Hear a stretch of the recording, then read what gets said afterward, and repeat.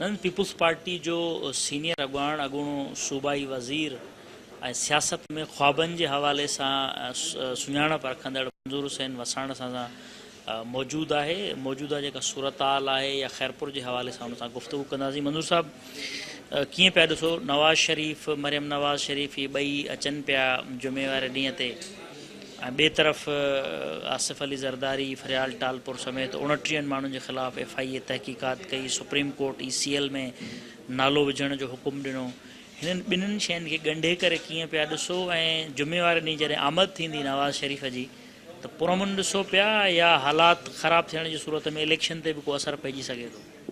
ख़ासि करे 12 तारीख़ खां 18 तारीख़ ताईं डिफ़िकल्ट डेज़ आहिनि, जंहिंमें आसिफ़ अली ज़रदारी साहब ऐं ॿियनि 29 माण्हुनि खे पेश करण जो हुकुम ॾिनो वियो आहे। 13 तारीख़ जंहिंमें नवाज़ शरीफ़ साहब ऐं मरियम नवाज़ अचे थी।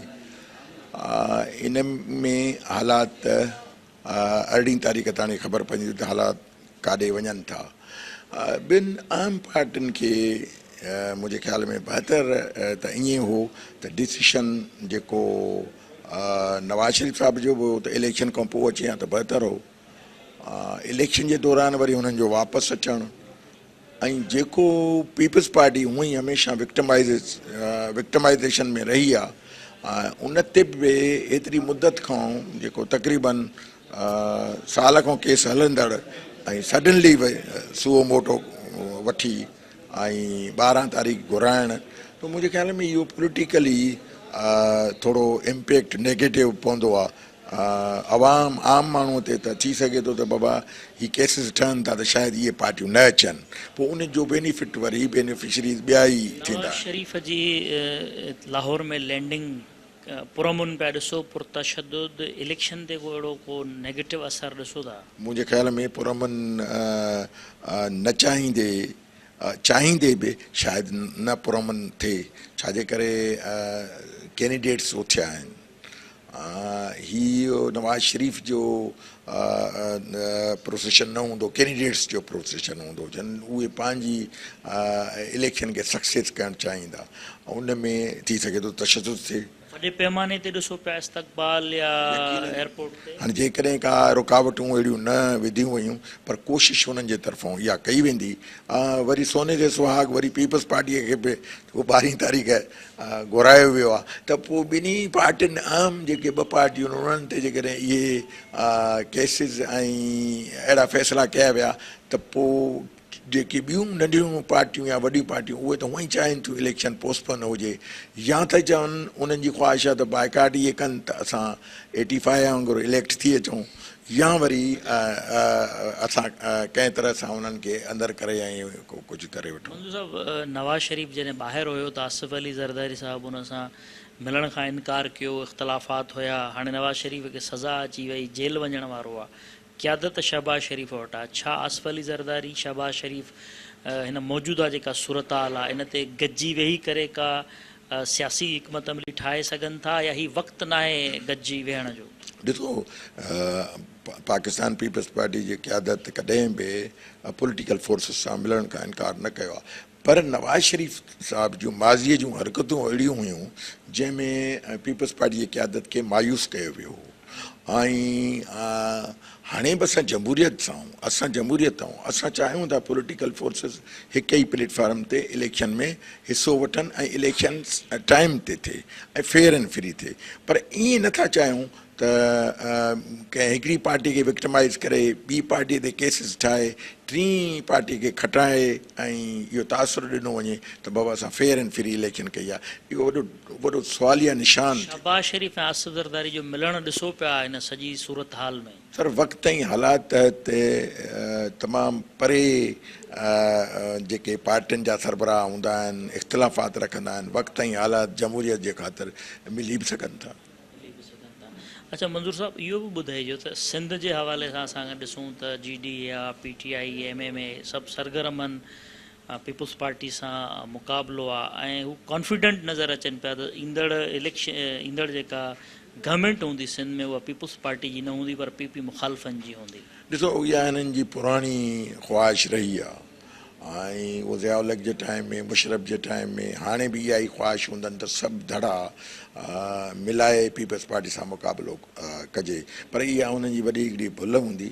हिन वक़्तु असांजे अवाम जो जंहिं तरह सां रिस्पॉन्स आहे, ख़ासि करे असांजे ख़ैरपुर में, छाकाणि ख़ैरपुर में 7 प्रोविंशियल असेंबली सीटूं, 3 MNA जूं सीटूं, ऐं ख़ुशूसन पीरगोठ में बि असांजो नेफ्यू नवाब खे टिकट मिली आहे, ऐं हेॾे कोडीअ में बि मुंहिंजे नेफ्यू मुनवर खे मिली आहे टिकट, जेकी मूंखे मिली जो जंहिंजो फार्म जो प्रॉब्लम अञा 18 तारीख़ ताईं हल थींदो।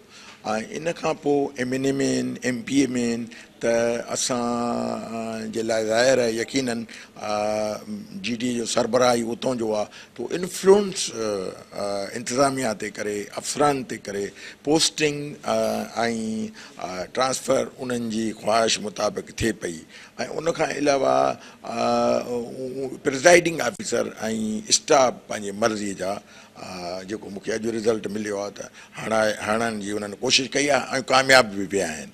हाणे मूंखे सम्झ में नथी वञे त इन्हनि में आरोज़ जो कहिड़ो रोल हुअणु खपे, छा आरोज़ खे मिसगाइड कयो वियो आहे या आरोज़ खे इन्फ्लुएंस कयो वियो आहे, त जंहिंजे हुननि जे मर्ज़ी जा लॻाया विया आहिनि। त उन मां मूंखे थोरो शुकशबात में इज़ाफ़ो थिए थो त हू तॾहिं चवनि था त हिन दफ़े असां हुकूमत ठाहींदासीं, ऐं जेको इम्पॉसिबल आहे। अच्छा मंज़ूर साहब, तव्हां जीअं ज़िक्र कयो त 18 तारीख़ ते तव्हांजे हाई कोर्ट में डेट लॻल आहे, तव्हांजो नामज़दगी फार्म रद्द थी वियो। 18 तारीख़ ते कीअं पिया ॾिसो नामज़दगी फार्म तव्हांजो जेको रुकियल आहे इन जी बहाली नज़र अचे पई, या बहाल थियण जी सूरत में तव्हां इलेक्शन विढ़ंदव, या फ़िलहालु हिन दफ़े इलेक्शन जो को मूड न आहे? मुंहिंजो RO बहाल कयो हो, इलेक्शन ट्रिब्यूनल मुंहिंजो रिजेक्ट कयो, इलेक्शन हाई कोर्ट में वियासीं, जेको इलेक्शन ट्रिब्यूनल जी अपीलेंट अथॉरिटी जेकी आहे उन में वियासीं 5 तारीख़, असां वियासीं 31 तारीख़, 5 तारीख़ हेयरिंग जी फ़ैसिलो ॾियणो हुओ। हुअणु छा खपे, असां सॼो डॉक्यूमेंट सभु ॾिना त जेके 3 एलिगेशन आहिनि टिनी जी क्लियर, 2 त हुननि चयो क्लियर आहे, 3 बि असां तव्हांखे क्लियर था कयूं। वकील जे चवण ते, इलेक्शन कमीशन जे डिप्टी इलेक्शन कमिश्नर जे चवण ते असांखे टाइम ॾियो त असां पढ़ूं। पेज 2 हा, उन्हनि 2 पेजनि खे हुअणु छा खपे हा त 5 जे बजाए 6 तारीख़ थियनि हा, उहो 18 तारीख़ रखियऊं। हाणे 18 तारीख़ ताणी पढ़ंदा, पोइ वकील साहिब पोइ इहे आर्ग्यू कंदा, आर्ग्यू खां पोइ वरी 22 इलेक्शन बैन आहे, 23 खां पोइ वर्क बंदि आहे। हाणे 4 ॾींहंनि में छा थो करे सघिजे। हुननि खे इहो बिल्कुलु हुयो त कंहिं तरह सां वसान साहिब खे वर्क खां रोकियो वञे, डिले जा तरीक़ा अख़्तियार करे, ताकी जीअं इलेक्शन कैंपेन न हलाए। अगरि फार्म बहाल थो थी वञे त तव्हांजी छा हिकमत मिली? ॾिसो, मूं वरी बि प्रॉब्लम थींदो त भई निशान प्रॉब्लम थींदो, मूं निशान मुनवर अली वसाण खे ॾेई छॾियो निशान, ऐं ॾिठो वेंदो 18 तारीख़ खां पोइ छा थो थिए। फ़ैसिलो न आहे त मुनवर विढ़ंदो या बहाली जी सूरत में मुनवर ई लड़ंदो, मुनवर ई लड़ंदो, छाजे करे जो उन सिंबल ॾेई छॾियो आहे, बसि सिंबल नथा हलाइनि। हिन भेरे तव्हां इलेक्शन में आराम कंदव? हिन भेरे मूंखे लॻे ईअं थो त ॿियनि जे लाइ दुआ कंदासीं, ॿियनि जे लाइ ख्वाब ॾिसंदासीं, ऐं हुकूमत पीपल्स पार्टी जी आणण लाइ ख्वाब ॾिसंदासीं। अहिड़ो भवाइतो ख्वाब तव्हां ॾिठो त ईअं को फार्म रद्द थी वेंदो ऐं तव्हां ॿाहिरि हूंदव? यकीन सां, मां इहो यकीन सां थो चवां, ऐं मूं तव्हांखे नथो चवां, कम अज़ कम सॼी पंहिंजे दोस्तनि खे चवंदो हुअसि। मूंखे सम्झ में नथो अचे, हिन दफ़े का ख़िलाई मख़लूक अहिड़ी आहे जो मूंखे शायदि ख्वाब ॾिसण जी गुंजाइश ई न छॾी, ख्वाब ॾिसण जी बि गुंजाइश न छॾी, ऐं हिन दफ़े ऐवान में शायदि न ॾिसे। ऐं पर मुंहिंजो बि ख्वाबु ईंदो त वरी जॾहिं ऐवान में पीपल्स पार्टी जी हुकूमत ईंदी त का सीट ख़ाली कराए वरी इलेक्ट अची सघां थो, माना ज़मीनी चूंडूं विढ़ी सघूं था, हुन में विढ़ी सघूं था। अच्छा, साॻियो ई मामिलो निसार खोड़े सां बि आहे। सरदार मोहम्मद बख़्श महर बि जेको आहे उनजो बि फार्म जेको आहे रद्द थियल आहे हेठां खां वठी। हितां 3-4 ॼणा इम्पोर्टेंट आहियो पीपल्स पार्टी जे लाइ, त गवर्नमेंट अगरि ठही वञे त गवर्नमेंट जो हिसो त नज़र अचे पियो तव्हांखे? यकीनन। मोहम्मद बख्श वीचारो त जो वकील जेको मोहम्मद बख्श जे फेवर में हो वकील, उहो मुंहिंजे अगेंस्ट हो। पहिरियों मुंहिंजे केस में जॾहिं मुंहिंजे अगेंस्ट में ॻाल्हाए चुको त उन ई पॉइंट ते वरी मोहम्मद बख्श जी फेवर पियो करे, त हुन जज चए त बाबा हुते तूं उहा ॻाल्हि थो करी हिते, तंहिंजे करे वीचारे मोहम्मद बख्श जो रिजेक्ट थियो। सो बसि हाणे ईअं थींदो आहे। निसार साहिब जो बि जेको आहे सुप्रीम कोर्ट में वेंदो। हाणे असांखे जेकॾहिं फर्स्ट कयो जेकॾहिं अहिड़ी तारीख़ को बि फ़ैसिलो ॾियनि, पोइ वरी बि असां वरी वञूं सुप्रीम कोर्ट में, या वरी हू वञनि सुप्रीम कोर्ट में त रुकिजी वञे। मतिलबु मजमूई तौर ते हिन दफ़े तव्हां ॿाहिरि पिया नज़र अचो। मूंखे लॻे ईअं थो, हिन वक़्तु मूंखे लॻे ईअं थो, ऐं मां हर उन फ़ैसिले जेको लिखियलु आहे उन सां मां आमना सदकाना करे क़बूल कंदुसि। महिरबानी। नाज़रीन, मंज़ूर हुसैन वसाण सां गुफ़्तगू थी, हुनजो चवणु आहे त लॻे ईअं थो त हीअ जेका इलेक्शन आहे हिन में हू हिन जो हिसो न हूंदो, पर ज़िमनी चूंडूं बि विढ़ी सघे थो ऐं ईंदड़ हुकूमत जेका बकौल मंज़ूर साहिब जे त पी जी ठहंदी उनजो हू पार्ट बि थी सघे थो।